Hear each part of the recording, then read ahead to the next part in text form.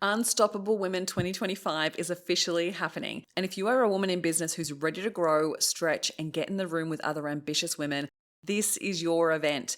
It's a full day high energy experience happening on Friday, the 29th of August in Brisbane at the Brisbane Convention and Entertainment Centre. And it's for the women who are tired of doing it alone, are ready for real strategy, real conversations, and real momentum.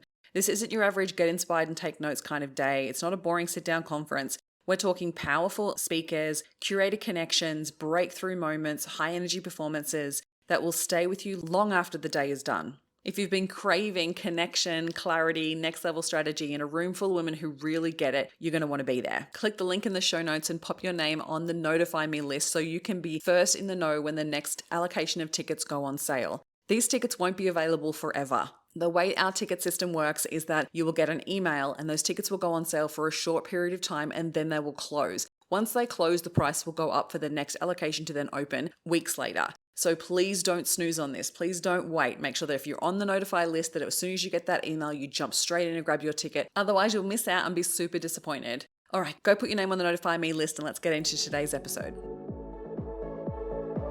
Welcome to 5 Minutes of Momentum. These episodes are a short 5-minute burst of inspiration, motivation, and massive action. If you need that little kick up the butt to get things moving and to inspire you to take massive action, then every single Thursday I'll be sending you through a 5-minute episode to download, digest, and implement to finish your week off strong. Are you ready to get started? Let's go.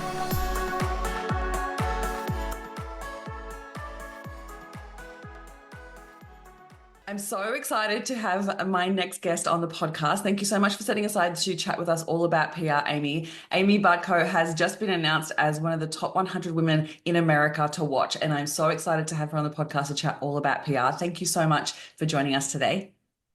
Oh my gosh, thank you so much, Christine. I am so excited to be here and to talk with you. It seems like forever since we've seen each other. Yes. Oh my gosh, it was so lovely to catch up with you and to spend time with you, so much time with you in the last event when I was over there in November and just get to know a lot more about you. And I knew then that I was like, I need to have her on the podcast. It's going to be such a great conversation. So excited to have you here. And congratulations on the 100 Women to Know. My goodness, what an incredible, incredible accolade. Can you share with us a little bit about how that came about and tell us about it? Like, what an experience. Yeah, thank you.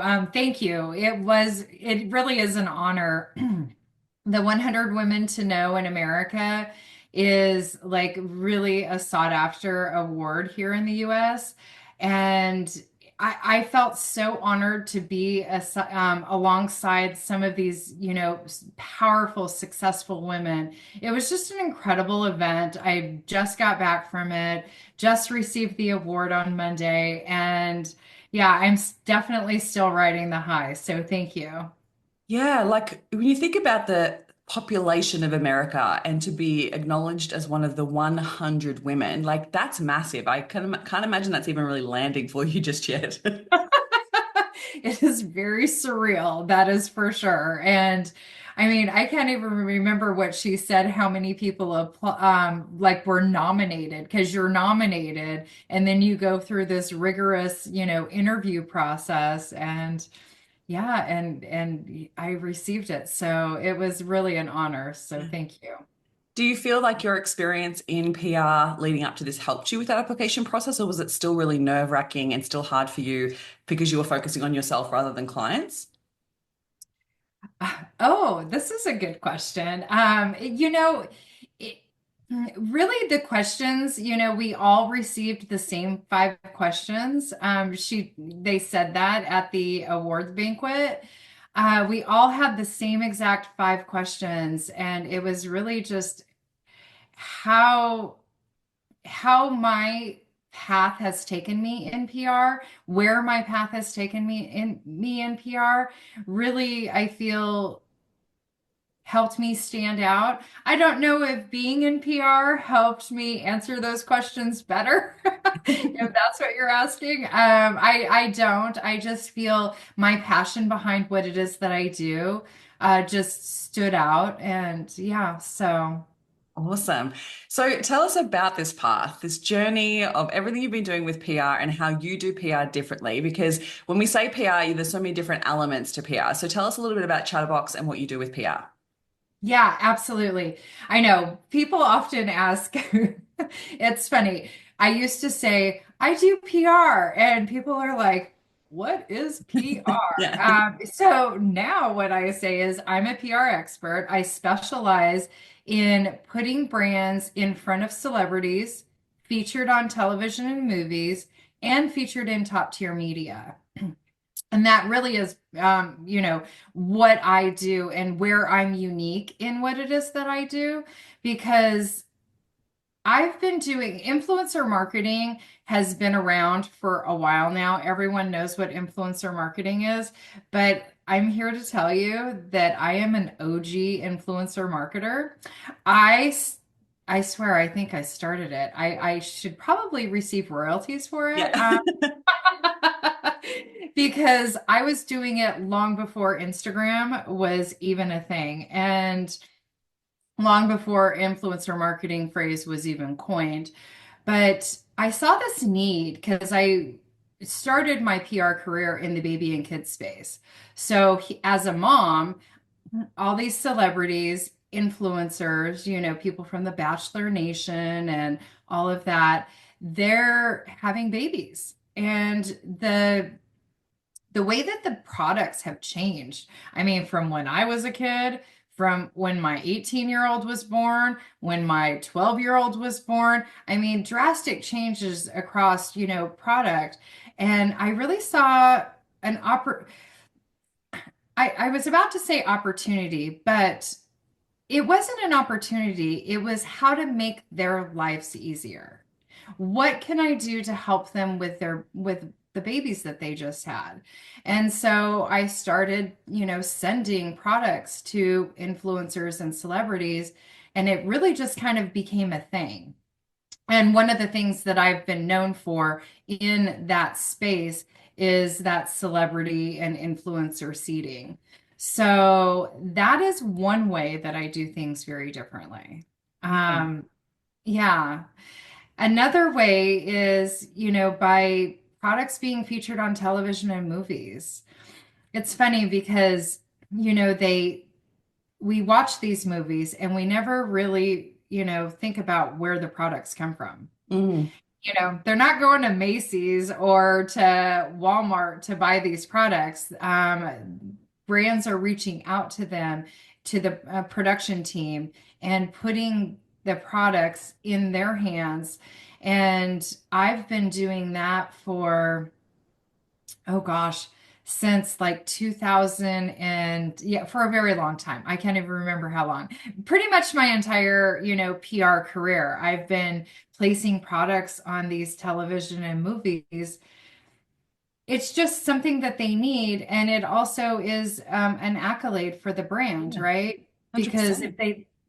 if they see it, if Kate Hudson is or Amy Schumer is, sporting the product or using the product in a movie, then people are like, "Ooh, what is What's that?" that? Yeah.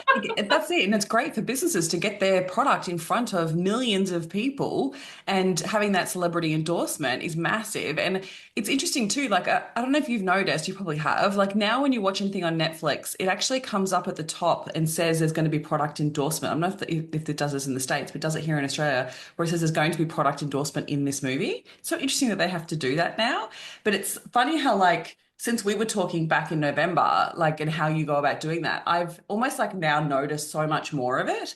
And in so many different TV shows and series where they are so particularly placed, these are really incredible products, and it just booms these products. It's just amazing that you get to be a part of that too. How cool that you get to have clients' products be seen in incredible places like that.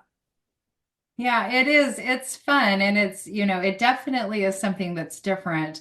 To your point in the product endorsement, so in the US, that's actually in the trailer, or not in the trailer, in the Credits. Indian credits. Yes, thank you. In the Indian credits, they say that. But what's interesting is if you notice, and you probably did notice after we chatted in November, but they really never show the logos. Mm. So if your product is on television or whatever, if it's a Polo or an Apple computer, 90% of the time, you do not see the logos. If you do see the logos, that means that there was a, a transaction. Yeah. There's payment for that. Like one of my big brands, we paid $250,000 for their product to be in the movie. And I say that not to scare people, but their product was like the focal point of it. And they still to this day say that was by far their best year Wow. How to awesome. this day. And that was about 7 years ago. Yeah, wow. Amazing. Yeah. And like obviously that might scare a lot of people. But it's not for like it is for actually everyone. Like it's not something that It's yeah, has to be for Coca-Cola. Like Yeah, exactly, exactly. And I mean, I say that 250, $1,000 placement, that's a rarity, right? I do placements all the time that are much like 1% of that. So yeah, like 1% in cost of that. Yeah, my placements because I have such a good relationship with people, and typically not like they're not really focusing on the brand name itself. Yeah, you can definitely land those for reasonable, but they need the product. yeah. That is the end of at the end of the day, they need the product. Like we just filled a toy store on a movie set. Oh, So cool. That literally makes filled the sense. shelves of a toy store on a movie set. So that was fun. Yeah, so that's what you mean by like they need it, actually need to put They, something there. So it may as well be a brand that actually wants to get their name out there. Yeah, that's awesome. And yeah. and PR is not just for product-based businesses, right? Like tell us a little bit more about like the personal brands that you work with and other like service-based businesses that can also utilize PR. Yeah, to your point, PR is for everyone. PR is really such an important piece of your marketing plan because I call it the PR formula. So to build brand awareness, you need to gain visibility, to earn credibility, and you'll achieve profitability. Mm, So let's kind of talk about that. So the visibility, having that third party talk about your brand is the credibility that people need. Having a third party basically endorse your brand, saying, if your brand's in Forbes magazine, whether you're a thought leader, a service-based brand, or a product-based brand, having that third party validation is definitely the social proof that brands need. And PR is not just for, product-based brands, to the contrary, it literally is for everyone. If you're a service-based brand, having that validation behind you, whether you're an esthetician or a med spa or, a business coach, having, somebody talk about you really gives you that, well, and I hate to keep saying it, but that credibility, that third party, validation that they're like, you're good enough to talk about, right? yeah. And it is the Um, credibility. Like, I don't think that that's a bad word at all to use. I think that it's required because yeah, in this day and age, like, I think there's so much skepticism, there's so much doubt when it comes to the buying decision that that credibility can tip the scale for people to be like, oh, I trust you because I've seen your brand here, or I've heard it talked about here, or I've seen the connection that you've had here. And you are, I don't know, like cool by association or trusted by association, right? Like, that's a huge component that we need to be considering when it comes to our success in business.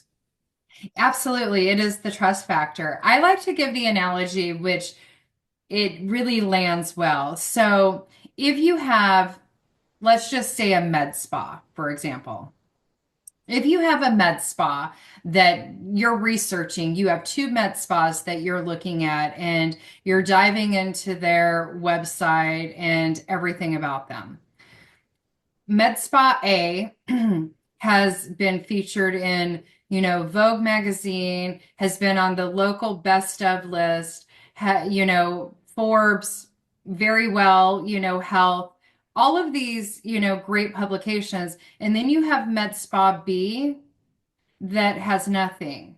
As a consumer, which one are you going to gravitate to? Yeah, the one that's been in vogue. Yes, because you trust it. Just because they've been in vogue, just because they've been featured by that third party, you have that trust level much more than you do for, Med Spa B that hasn't been covered in anything. Yeah. And so tell us about what's shifted in PR over the last few years. Because I know we went through like a huge scene of like influencer marketing, and that kind of went to like major influencers. Then it went to like micro influencers. And I see that that's still quite big as well, because I think it's like the power of like word of mouth, right? Like when we see someone that we like, that we follow, that we can see as someone that we trust and are reliable, we see the products that they're using and we want to try them, or even, the connections that they have, or the people that they are surrounded by, or the events that they're speaking at, and things like that that we want to be a part of. What else are you noticing when it comes to PR? Like what's shifting for it for 2025? It's interesting because print magazine was huge. Back how I Dare we say how many 10, years? even 10 years ago, Yeah. right?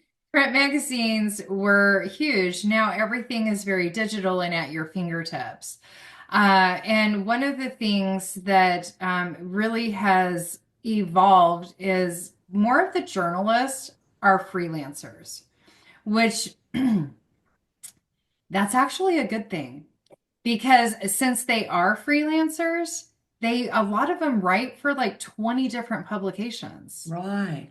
So really like nurturing that relationship with the journalist and, becoming besties with your journalist friends, you definitely have that opportunity, well, 20-fold, right? Because a lot of them are writing for different publications. That is one of the things that is shifting, very much so, is just having more freelancers than before because they used to work for like Condé Nast or, Hearst, all of these big umbrella companies, but there's very few that actually work for the umbrella companies anymore. Yeah. So I would say that that's one thing that has shifted quite a bit, but also people leaning into that expertise and really leaning into those thought leaders that are experts in their field and highlighting that.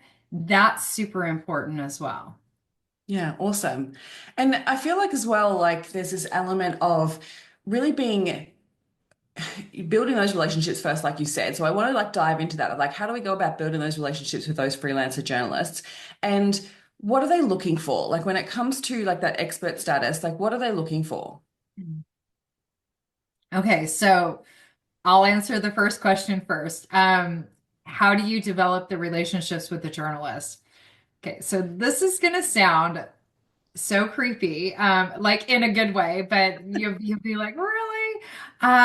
You really have to nurture them, like on their social media. Be friends with them on Instagram, be friends with them on Facebook. Any social platforms that these journalists are on, you should absolutely be friends with them. You should be liking their stuff. You know what they had for breakfast, know what their last trip was, with their family. That way, when you're reaching out to them, you can reference something that they recently did. And that actually you stand out more, right? If you're like, hey, your trip to the US looked amazing, Disneyland, I'm gonna have to do that, put that on my bucket list. By recognizing that and knowing that really helps you stand out, and it encourages them to open your email every time they get it in their inbox. Yeah, it makes such a difference. Like the amount of pictures that I get for the podcast that you can tell, and I actually go and look because they either don't follow me at all. So I'm like, what do you know about me or my podcast? Or secondly, they like reference like the line in my Instagram bio or the line in like the first page of my website, and they reference it in such a inauthentic way that I'm like, you actually know nothing about me. Like it's so obvious. So it's always like a red flag to be like, nope. Well, exactly. And exactly, which podcasts are, big as well. I mean, there definitely should be part of your PR formula, because podcasts are huge, but absolutely, it's so true. And so many people do that. And when you're mentioning the podcast, absolutely, you should be following the podcast. You should have written a review on the podcast, as well as listen to the podcast. Yeah. Listen to it, because I can't tell you how many times I hear people say, yeah, I have an all-woman audience, and or I only have women guest speakers on, and a man is pitching. Yeah. You know, they All the want to come time. on to the podcast. Okay, that's a no. Yeah. So, yes, be engaged with who it is that you're pitching, and just be their best friend, right? Love it. And, like in a creepy way. Yeah. And then back to what you were saying too, with like they're looking for like that expert opinion or expert status. Can you dive deeper into that? Like, what are they looking for? Yeah, absolutely. Well, like you're a business mindset coach, right? And so that's your specialty. That's what you help people with. So being able to pitch you as a business mindset coach, how you differentiate yourself to everyone else that is out there, right? And really, because we're all experts, right? We really are all experts in our field, because we're successful for a reason. We've gotten into our business path for a reason, because we're passionate about it. And so by really leveling up what your zone of genius is, and how you are different from from the other business mindset coaches out there, that is what's going to set you apart as an expert and a thought leader. And really, because you can just pitch yourself, right? And, make it fall flat, but really highlighting how you're different and how you're going to resonate with their audience. That is what is so important with the thought leader expert. How will this land with your audience, whether it's your readers in a publication or listeners on a podcast? Yeah, love that.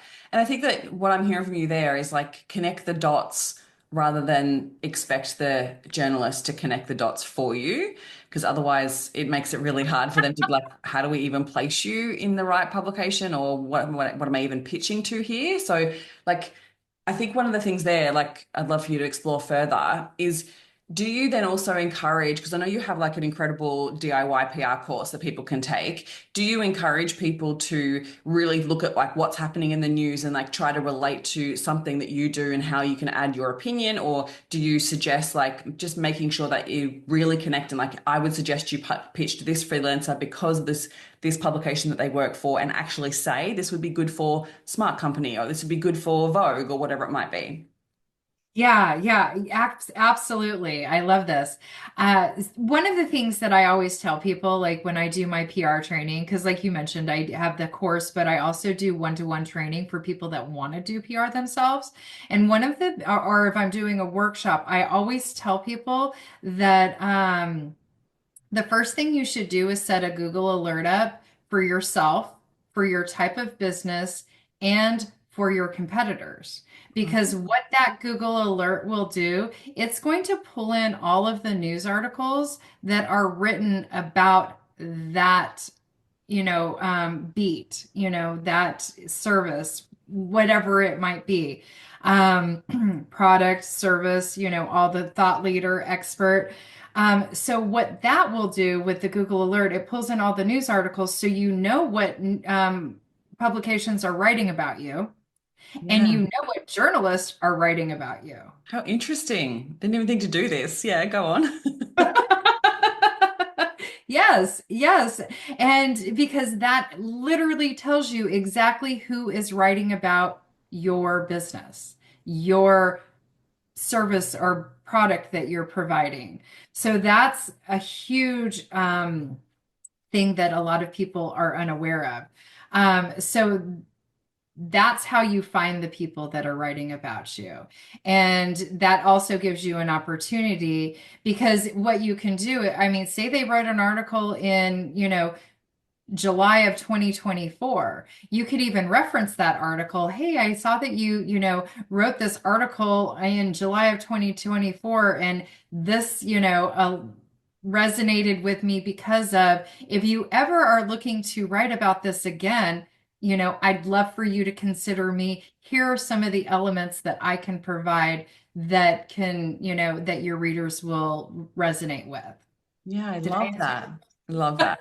And this is why I think as well, like depending on the stage of business that you're in, sometimes we can have this conversation and be like, oh my gosh, this is something that would be so beneficial for my business to get incredible eyes on your business and doing it in a really effective way. Like, yes, it's amazing, but also time consuming. So, like, how much time do you think is worthwhile for a business owner or a thought leader to be spending on PR on a regular basis? If they're doing it themselves? Yeah. Okay. So if somebody is doing PR themselves, then I would recommend about 10 hours a week. Wow. Yeah, that's huge. Yeah. Well, and I say that because it is huge, right? Um, because there's a lot of research Mm. that, goes into it, on a daily basis, right? You're getting your Google alerts on a daily basis. You're finding those journalists on a daily basis. Um, you're stalking their social media, trying to find out what they do. There's a lot of legwork that goes into to things before you even write the email, before you even write the pitch. So doing that legwork definitely takes time. That's why a lot of people do end up hiring a PR agency because we have those relationships. We know who would be a good fit for you, and we pull all of that information up front. But with my course, I actually I teach everyone the shortcuts, like the good shortcuts, not shortcutting it, but the good shortcuts that will get you where you need to be much quicker. Yeah, I love that. All here for the shortcuts for sure. It's like as soon as you said 10 hours, I was like, oh God, I need although a team member could help with this too. Like I have a team, so the team can Absolutely. help with it as well for sure. Yeah, I love that. Absolutely. Absolutely. If you have a VA that, yeah, that on your team that has the training behind them to execute, 1000% they Yeah. can do it. Love it. And so, can you talk to like the different types of PR that you've done in a way that helps people see that it is for everyone? So, a lot of people think like, oh, I'm not really there yet. I need more experience, or I need to be in business longer, or I need to have already had some type of PR. Like a lot of people have hang-ups when it comes to actually starting doing PR for their business. When is the right time? Who is it for? And can you give us some examples of like how it's been done in a really unique way, or that will highlight that this is actually for everyone? Yeah, absolutely. So, um, the right time to start is yesterday. And I hate to say it like that, but well, no, it is. It really is yesterday because the reality of it is you have competitors out there and your competitors are doing the marketing. I mean, that is one of the pieces that a lot of people leave out when they are creating their business is they leave out that marketing budget or they feel like that marketing budget is, the last thing to implement because it is so expensive. But if nobody hears about you, if nobody knows about you, then they're not just going to come knock on your door, right? So by making sure that people know about you, that is the most important thing. So the right time to start PR is when you start your business. Once your card is open, they can purchase tickets to an event, they can purchase product, or they can book an appointment with you to, to get their business mindset, together. Whatever your business is, now is the right time to start. Because again, having that third party validate you, having that third party credibility is going to make you stand out much more than anyone else that's not doing it. Yeah. And it's almost like the time versus money kind of element, right? Like you can invest in PR and save yourself so much like time in organic marketing. Because that's really what it comes down to. It's like, well, you either choose to invest in getting more eyes on your business and you can accelerate the growth of your business, or you can choose, and this is the thing, like sometimes in the beginning stages of your business, the DIY element and spending the 10 hours doing it is worthwhile rather than going and posting 10 times a day on Instagram and hoping that that will grow your following, right? Like I think that so much has changed on social media and trying to get that reach is less about what you're doing, like posting. It's more about actually how you're getting more traffic to your pages. So I love how you shared that. Like it's almost, I just wanted to address that because sometimes it's like, yes, it may cost you money to do, but it'll actually save you in so much time. So you just need to make that decision. Are you going to spend the time or are you going to spend the money? Absolutely, absolutely. And I mean, like we've learned in the different containers that we're a part of, it spending money is what helps you grow. Mm. Spending money on your business is really what helps you, be seen and known and grow. So by not spending the money, it definitely Just slows things down. it does. That's Yeah. what I was just gonna say. It definitely, slows it down quite a bit. Yeah.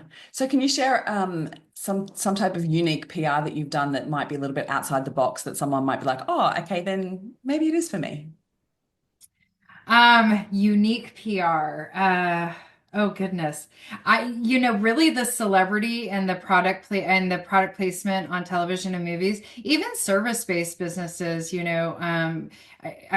all, watched a movie or a TV show where they've, used different Uber or, Coke or Pepsi or, just like plugging in the words. So there's those opportunities. I would say that by far that is one of the most unique things that I do. And the celebrity gifting and the influencer, it's super fun. I mean, when like I did a big holiday gifting and I gifted like 40 influencers and celebrities. Uh, 40 packages Yeah, went wow. out, Amazing. right? And about 85% of them actually posted about it. Wow, amazing. That would have gotten incredible reach for your clients.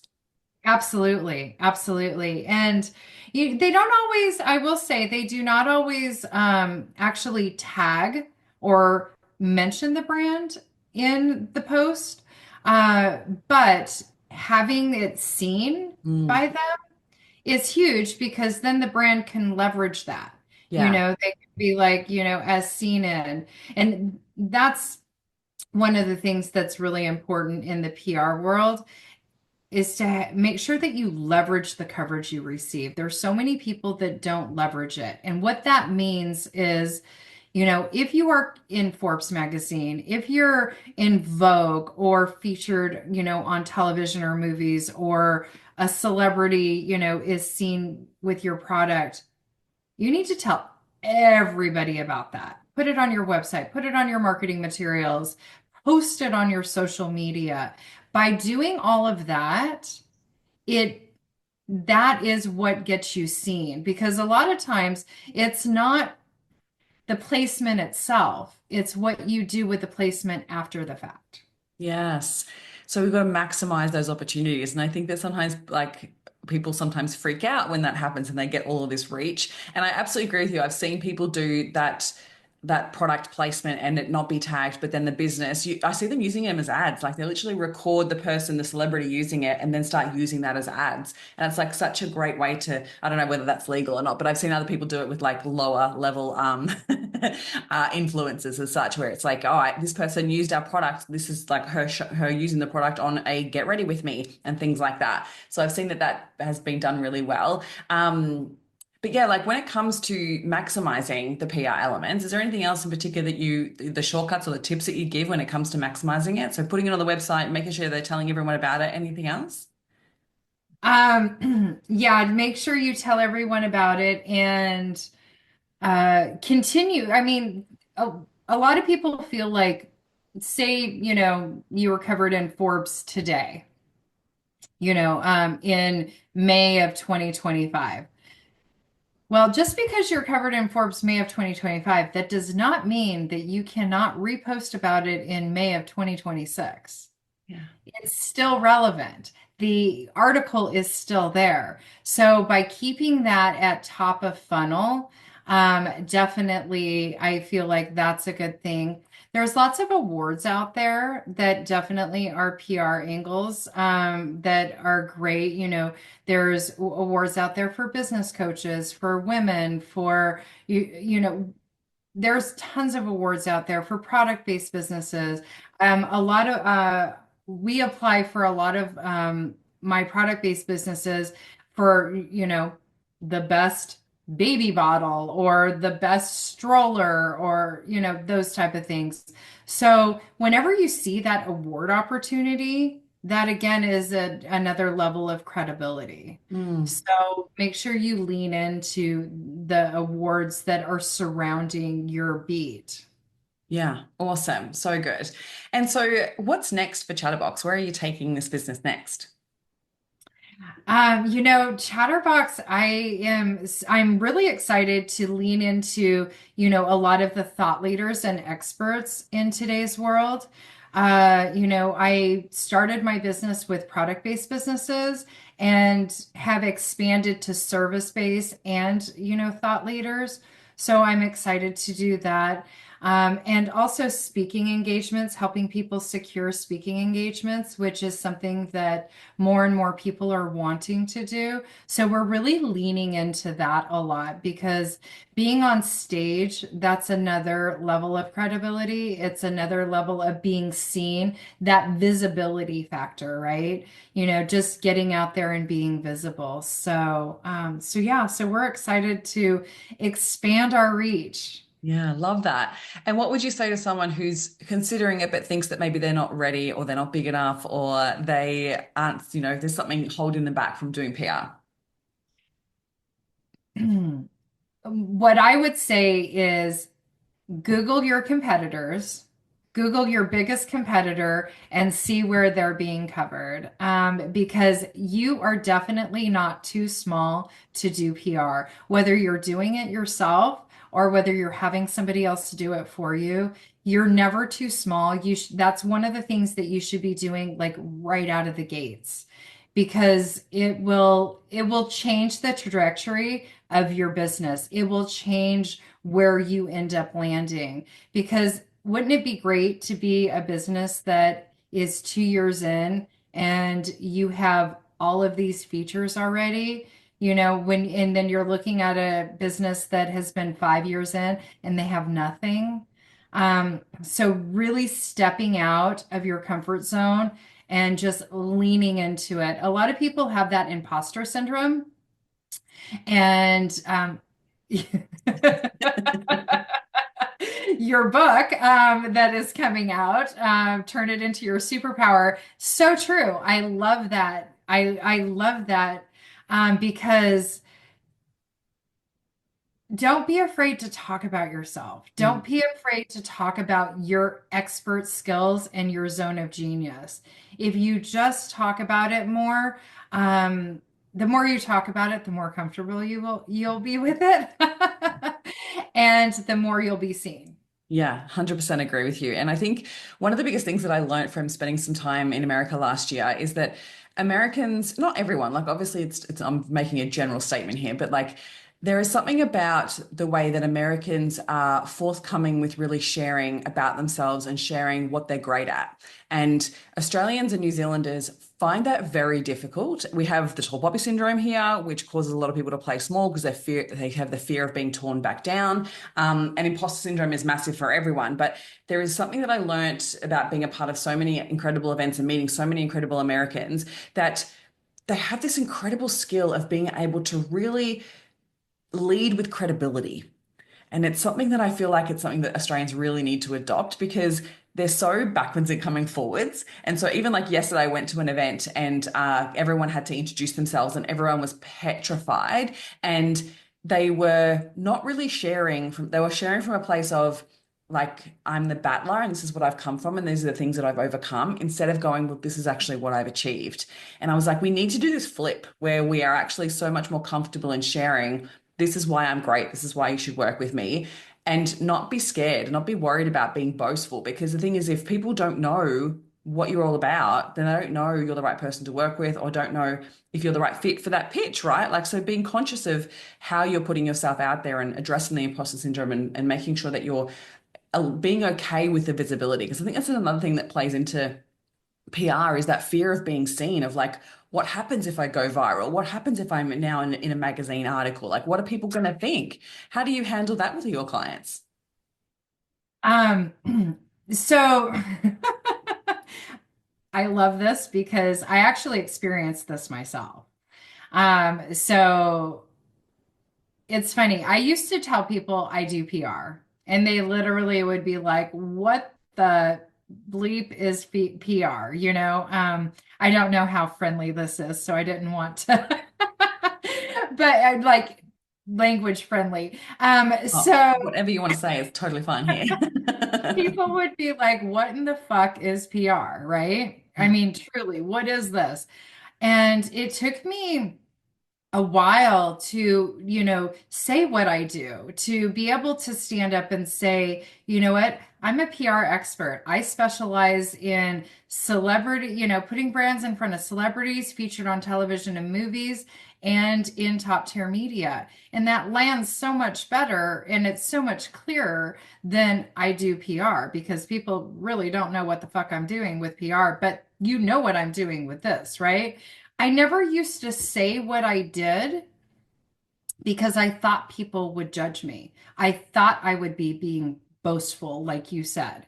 And I do feel that a lot of people have that fear, like everyone around me, if I'm too successful, people are going to look at me differently.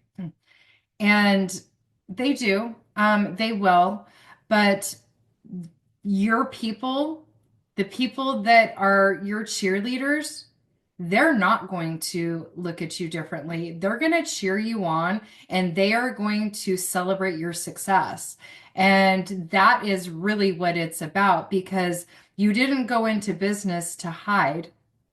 You went into business to be successful. You went into business to help people, whatever it is, the business is. Me, I'm helping people be more visible, which is hilarious because I would hide behind all my clients, right? And I would tell everybody what my clients would do. I also thought my clients would judge me. I mean, Hmm. if I'm talking about myself and, like they're paying me, so I should be talking about them all the time, right? And that's what I was doing. So, my I give you permission to be as boastful as you would like to, tear down that imposter syndrome and lean into your expertise and start talking about yourself and telling people what it is that you do. And if people around you are going to look at you differently, then those aren't your people. 100% agree with you. It's been a similar journey, like just getting my book out there. I've been sharing an advanced copy with some clients and some friends and family, and it's so nerve-wracking. And to hear, like, see them reading my book and then giving feedback. And it's so scary and exciting all at the same time. But it's so true. Like, there are absolutely people out there that are absolute cheerleaders, that are so proud, that are like, I cannot wait to read it. I'm so excited. And then other people that just like don't even respond. And you're like, oh, okay, then. Like, it's so interesting. And it's like this whole journey, exactly what you just talked about, this whole journey of dealing with the imposter syndrome and the fear of the visibility and of like, oh my gosh, what's this going to mean? And yet it is honestly worth it, because if I can get this book out there to share with more people so then they can also address the imposter syndrome and overcome it for good, like that will change the game. And I think that you've got to also believe in what you do to a whole extent, right? To back yourself. So I love that you shared that. Yeah, absolutely. And the people that don't respond, the people that, look at you sideways now, they're either jealous, envious, wish they would have done it. And you just end up knowing who your people are. Yeah. And I think as well, like from a mindset perspective, I always just go like, it's okay, because everyone's in different stages of their lives. And whether that triggers them, that's okay. That's their stuff. It's not my stuff. All I can do is just focus on what I can control. And I can't control someone else's opinion. I can't control if someone's going to like me or not. And it's not my job to even worry about that. Right? I mean, have you read Mel Robbins' book, Let Them?